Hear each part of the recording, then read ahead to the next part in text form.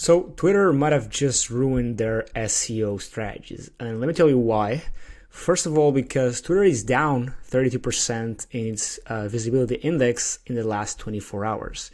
And let me show you exactly what this means. Essentially, being down in the visibility index means it's deranking. The domain is deranked for a significant amount of keywords. So let me show you exactly what happened first and why this is happening like it is. So Elon Musk spoke on the issue and said that several hundred organizations, maybe even more, were scraping data from Twitter extremely aggressively to the point where it was affecting the real user experience.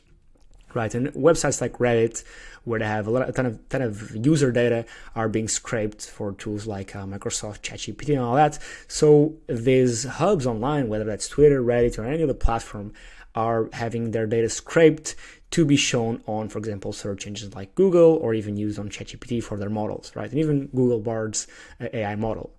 Now, this is something that Twitter doesn't want and Reddit doesn't want because they're getting this data for free. However, Google, for example, is taking this data and displaying it on their search engine. Now, like I said, data scraping is core to Google's crawling process.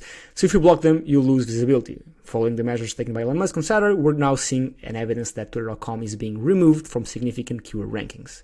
Now, that's what this essentially means, which are essentially the visibility index going down, is keywords that the domain ranks for going down. And this affects, of course, its users. For example, myself, I have a couple of Twitter threads and Twitter tweets ranking on Google, and these can bring some traffic to my businesses. Now, if Google all of a sudden devalues all this and thanks 32%, not 30%, but thanks a bunch of the keywords that Twitter ranks for, it's a bad thing.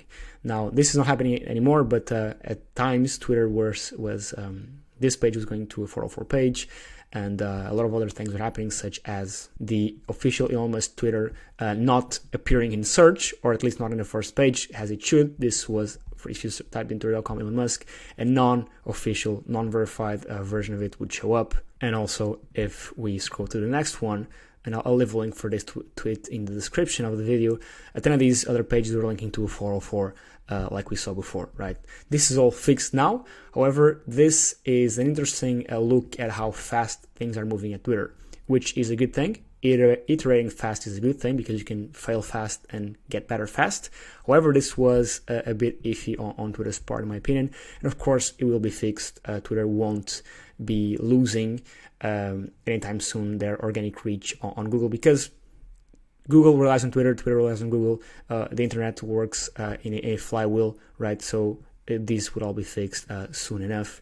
And here's another tweet from this time from Start SEO, showing that the number of indexed pages was 153 million now, which was, by what he said, hundreds of million fewer URLs than the previous week. So a lot of URLs not getting indexed now, and this is because Twitter was trying to stop the data scraping from companies like Google and a bunch of other organizations. Now, do I think, like I said, it's going to last? I don't think so, because like I said, both these platforms rely on each other, but it is a big problem nowadays, the data scraping and how people are getting, or how businesses are getting their data. And Google was, of course, scraping data from Twitter to show Twitter's user data on their search engine, which makes sense. So yeah, that's the gist for now. Not many other updates. These have all been fixed by now, but it's interesting to see the war between the new war, I guess, between the aggregation of information platforms or search engines like Google and where the information comes from, which in this case is Twitter, Reddit, and a bunch of other platforms that essentially feed these search engines like Google. I guess that's the biggest one, that then displays the data to the end users like myself, right?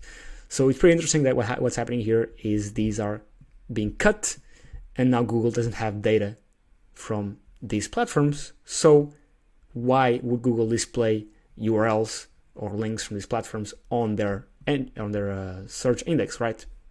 Now, it's pretty interesting that this is happening, and I'll keep you posted on any new developments. That's it for today. By the way, I got to plug my SEO platform here, vetted.com with 3 T's. This is the best place to hire pre-vetted SEO talent.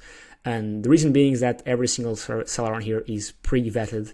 Everyone has to show their face. People cannot hide behind fake profiles, fake usernames. For example, Bradley here, if we scroll through all his reviews, he shows his face, has his social media linked. You can purchase his local SEO services by clicking any of these services. You can invest in his time by booking a consulting call, so you can pay for both his time or skills. And every single service here on Vetted has samples attached to it. So not only do you know exactly what you're getting because of the samples, but from who you're getting it from. In this case, Bradley Banner. That's Vetted in a nutshell. If you need any type of SEO services, this is the marketplace to go.